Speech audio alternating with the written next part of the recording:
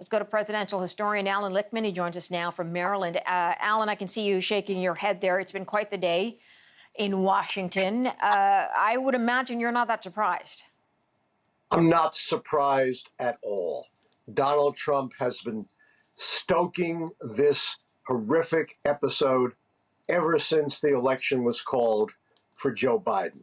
He has been inciting, encouraging his most extreme supporters to go to the Capitol and protest.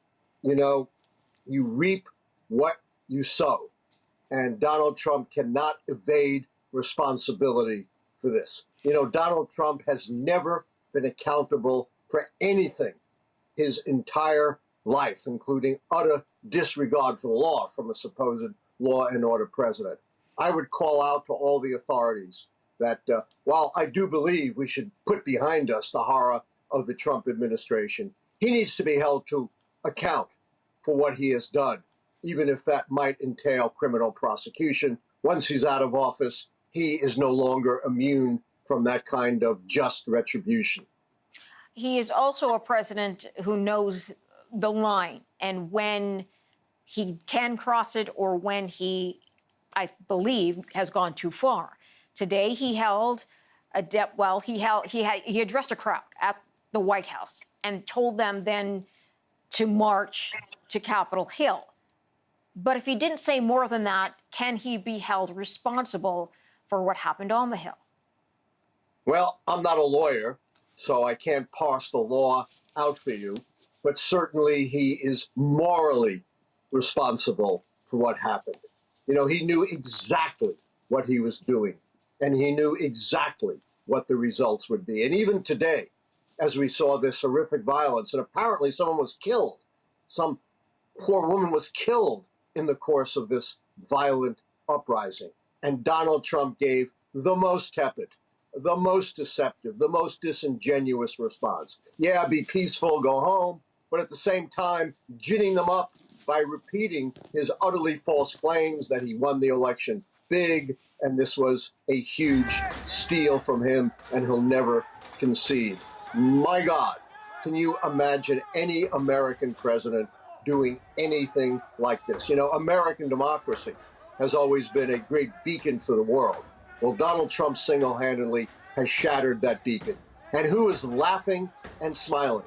The same person that's always laughing and smiling for what Donald Trump did, and that is Vladimir Putin, who has spent his career trying to disrupt and discredit democracy in the United States, and he has never had a better ally for his anti-democratic, anti-American agenda than the supposed America First president, Donald Trump.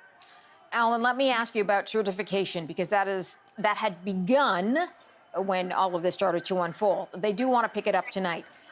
How key is that, or does it have to be done before inauguration? How do you see them moving forward on that? It does have to be done before an inauguration, but other than that, there is no particular timeline for getting it done. I'm not a public safety officer, so I don't know how safe it is for them to return to the Capitol right now, but they will be returning.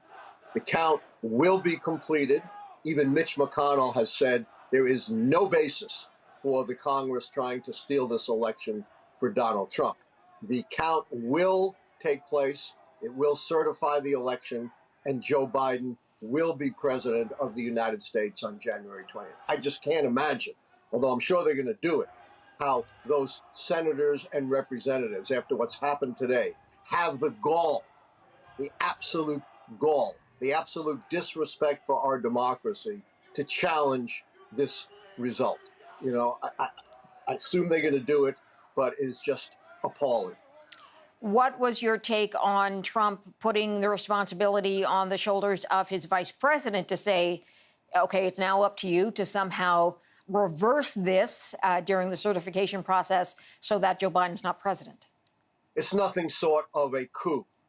The vice president has no authority under the Constitution or the law to unilaterally decide an election.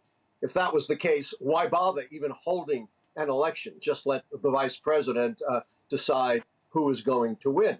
And if that were true, you would never have a change of power because any vice president would just vote in the candidate of his party. In fact, if that was the case, we'd have President Al Gore, who could have voted himself in. We'd have President Hillary Clinton, who could have had Vice President Joe Biden vote her in. That's how absurd, un-American, and anti-democratic this is. But Donald Trump has no respect for law and order, despite his rhetoric, and no respect for democracy or morality. Well, it sounds like the rhetoric will be in check, at least for the next 12 hours. Twitter is apparently locking his account for those hours so that he cannot put out false information. We know that is his platform of choice to get out what he has to say to the American people, his followers, and to other politicians. He's even used a platform to fire people, as you know, in the past.